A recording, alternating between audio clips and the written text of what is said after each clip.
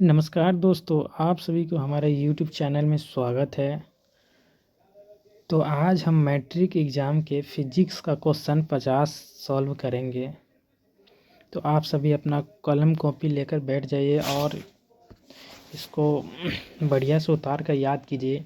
क्या है कि मैं जो पढ़ाऊँगा उसको आप जितना जितना चैप्टर मैं पढ़ाऊँ, कम से कम लगभग है कि 100 चैप्टर तो ज़रूर पढ़ाऊँगा। 100 ऑब्जेक्टिव ऐसा कराऊँगा आप लोगों को कि एग्ज़ाम में, मैट्रिक एग्ज़ाम में इसमें से 100 वीडियो बनाकर मैं अपलोड करूँगा। इसमें से आपका है 100% है कि हर विषय में अच्छा खासा ऑब्जेक्टिव आप बनाकर आ सकते हैं मैट्रिक एग्ज़ाम में।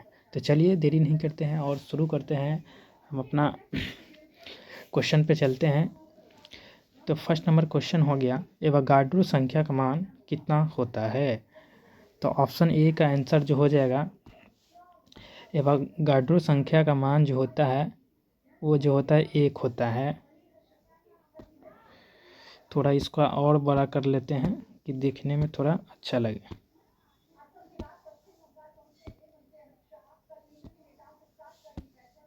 तो चलिए दोस्तों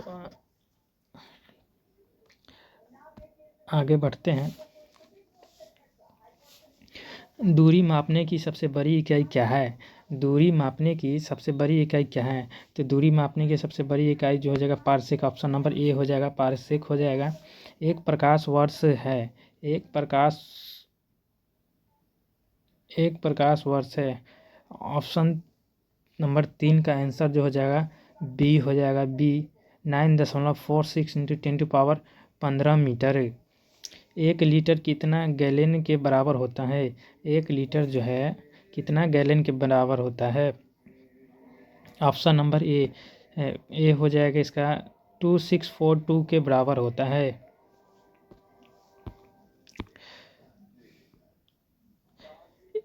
पाँच नंबर क्वेश्चन पे चलते हैं। एक फर्मी में कितना मीटर होता है। एक फर्मी में होता है 10⁻−15 मीटर होता है। ऑप्शन नंबर बी हो जाएगा इसका। लॉगरिथम के आविष्कारक जो है कौन थे। लॉगरिथम के आविष्कारक जो थे जॉनियर पेनियर थे। इसका ऑप्शन नंबर सी हो जाएगा। क्वांटम सिद्धांत के प्रतिपादक कौन थे। क्वांटम सिद्धांत के प्रतिपादक कौन थे। भाई बच्चों इस क्वेश्चन को VVI लगा लो। ये क्वेश्चन जो है आ सकता है। तो चलिए हम इसके आंसर बताते हैं। क्वांटम सिद्धांत के प्रतिपादक कौन थे। 7 का हो जाएगा मैक्स प्लैंक थे। ऑप्शन नंबर सी हो जाएगा, मैक्स प्लैंक थे। वायुमंडल की आर्द्रता मापने वाला यंत्र क्या है। वायुमंडल की आर्द्रता को मापने वाला यंत्र कौन सा है। ऑप्शन नंबर 8 का जो हो जाएगा बी हो जाएगा आंसर, हाइग्रोमीटर। 1 एंगस्ट्रम मात्रक बराबर होता है 10⁻−10 मीटर। ऑप्शन नंबर ए हो जाएगा। पृथ्वी के ऊपर का कक्षीय वेग निर्भर करता है। पृथ्वी के ऊपर का कक्षीय वेग पृथ्वी के उपग्रह का कक्षीय वेग निर्भर करता है कक्षा की त्रिज्या पर। ऑप्शन नंबर ए हो जाएगा इसका। तो आगे बढ़ाते हैं इसको। घड़ी की चाबी में संचित ऊर्जा होती है। घड़ी की चाबी में कौन सी ऊर्जा होती है। तो स्थितिज ऊर्जा होती है। घड़ी की चाबी में स्थितिज ऊर्जा होती है। Option number C. Option number C हो जाएगा। यदि किसी पिंड के संवेग 50% बढ़ा दिया जाए तो गतिज ऊर्जा का मान क्या होगा। तो इसका हो जाएगा 50% बढ़ाएंगे तो इसका मान हो जाएगा 125%।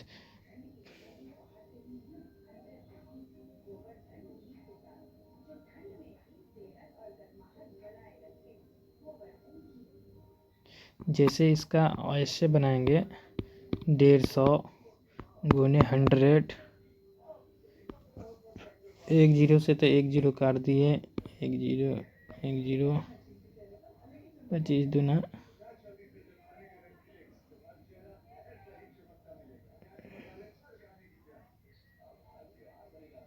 सॉरी यार, माफ़ करना, काटो इसको। इसका हो जाएगा ये 125% हो जाएगा। तो चलिए 13 नंबर क्वेश्चन पे चलते हैं हम लोग। अनुदैर्ध्य तरंग उत्पन्न हो सकती है। अनुदैर्ध्य तरंग जो है उत्पन्न हो सकती है, सभी माध्यम में ये तरंग जो है उपस्थित हो सकती है।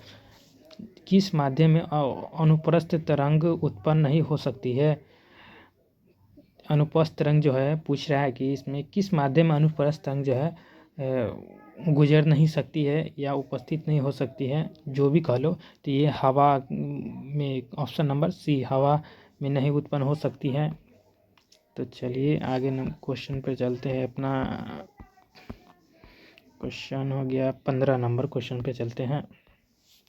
प्रतिबल और विकृति का अनुपात कहलाता है। प्रत्यस्तांक का गुणांक कहलाता है। Option number A. पनडुब्बी आधारित है। पनडुब्बी किस पर आधारित है? तो ऑप्शन नंबर 16 का हो जाएगा, आर्किमिडीज के सिद्धांत पर पनडुब्बी जो है आधारित है। समुद्र में तैरना नदी की अपेक्षा आसान है क्योंकि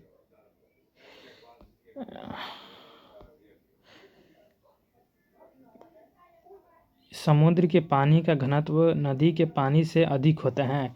ऑप्शन नंबर डी यही सही हो जाएगा। समुद्र के पानी का घनत्व नदी के पानी से अधिक होता है।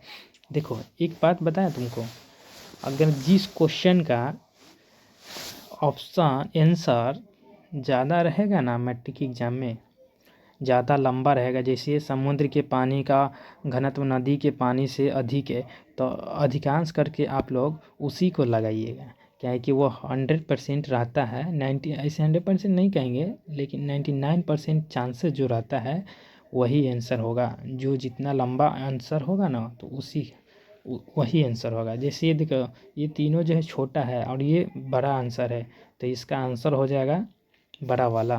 तो चलिए हम लोग आगे अपना क्वेश्चन पे चलते हैं।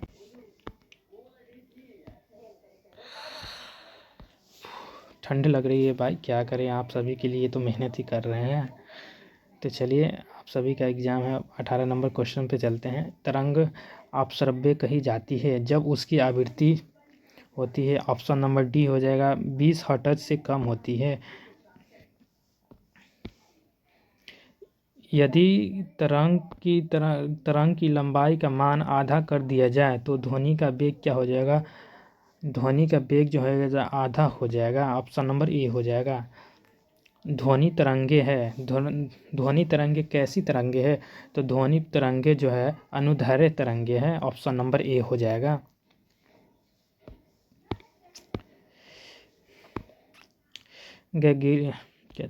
गोलीय दर्पण की फोकस दूरी उसकी वक्र त्रिज्या की क्या होती है?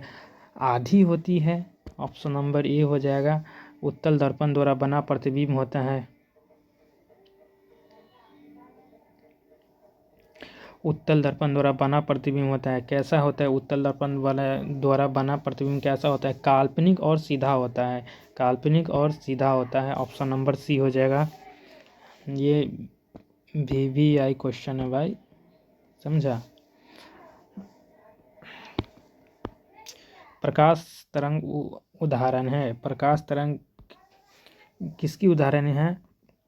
तो प्रकाश तरंग जो है चुंबकीय, विद्युत चुंबकीय अनुप्रस्थ तरंग का उदाहरण है। ऑप्शन नंबर बी हो जाएगा। तो चलिए हम अपना 24 नंबर क्वेश्चन पे चलते हैं। हम लोग अपना 24 नंबर क्वेश्चन हो जाएगा ये, फोटोग्राफिक कैमरे का अभिदृश्य लेंस होता है। फोटोग्राफी कैमरे में अभिदृश्य लेंस कौन सा लेंस होता है? फोटोग्राफी कैमरे में ये जो होता है उत्तल लेंस होता है। तो इसका हो जाएगा बी आंसर हो जाएगा। E बराबर MC² को प्रतिपादन किया था। E बराबर MC² को प्रतिपादित किसने किया था? तो आइंस्टीन ने किया था। तो इसका ऑप्शन जो हो जाएगा बी हो जाएगा। ऑप्शन बी हो जाएगा। ऑप्शन बी आइंस्टीन ने किया था। तो चलिए हम लोग अपना 26 नंबर क्वेश्चन पे चलते हैं। थोरियम का नाभिक को बदला जा सकता है। तो इसका ऑप्शन जो हो जाएगा ये बी हो जाएगा, प्लेटिनियम में बदला जा सकता है।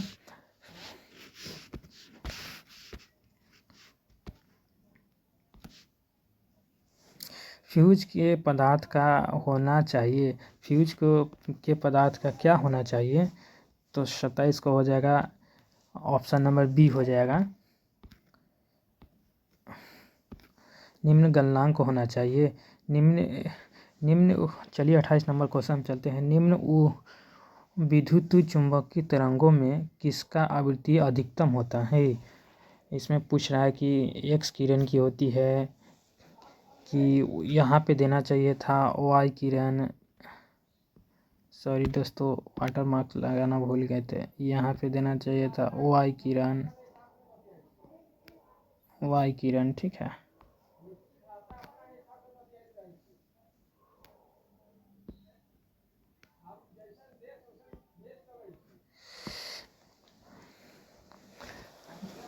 निम्न विद्युत चुंबकीय तरंगों में किसका आवृत्ति अधिकतम होती है?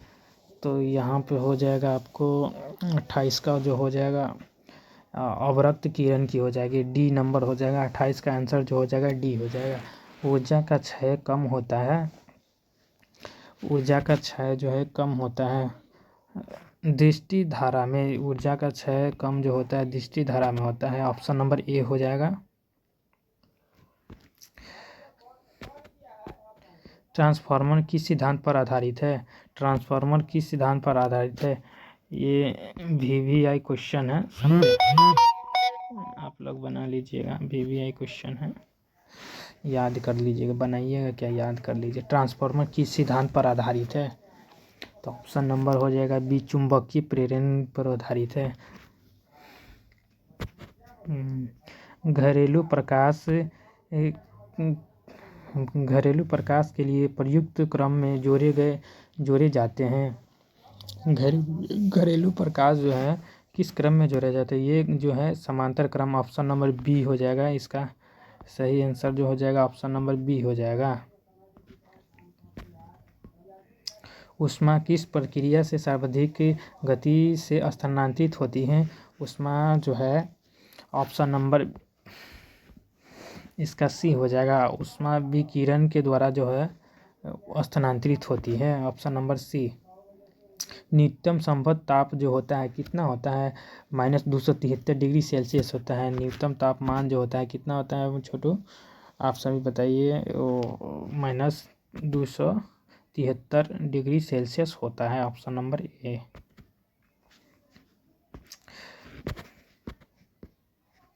यदि वायुमंडल न होती तो अवधि होती क्या होती? यदि वायुमंडल न होती तो अवधि क्या होती है? 34 का हो जाएगा आपको, कम हो जाती रहा। वायुमंडल न होती तो अवधि कम हो जाती रहा। सूर्य ग्रहण के समय सूर्य का भाग दिखाई देता है, उसको क्या कहते हैं? कोरोना कहा जाता है, ऑप्शन नंबर बी। ऑप्शन जो हो जाएगा इसका बी हो जाएगा। सूर्य के प्रकाश का आंतरिक हो सकता है यदि प्रकाश कांच से वायु में जाए, ऑप्शन नंबर बी हो जाएगा इसका आंसर, ऑप्शन बी। तो चलिए दोस्तों, धन्यवाद। आप सभी हमारे चैनल से जुड़ जाइए। आपका जब तक एग्ज़ाम नहीं होगा तब तक मैं इस चैनल पर रोज़ वीडियो अपलोड करूँगा फिजिक्स, केमिस्ट्री और बायो का, जिससे आप लोगों का बेहतर तैयारी हो और आप एग्ज़ाम को फोर कराएं। तो चलिए दोस्तों, कृपया आप सभी इस चैनल को सब्सक्राइब कर लीजिए आप। और ये जो भी मैं बता रहा हूँ ये जो है VVI क्वेश्चंस है, इसको आप रट लीजिएगा। यहीं से मैट्रिक इंटर का क्वेश्चन पूछता ही है, ऑब्जेक्टिव। तो चलिए दोस्तों, रखते हैं, मिलते हैं नेक्स्ट वीडियो में। हाँ, एक तो बन गया बाबू। हाँ हाँ हाँ।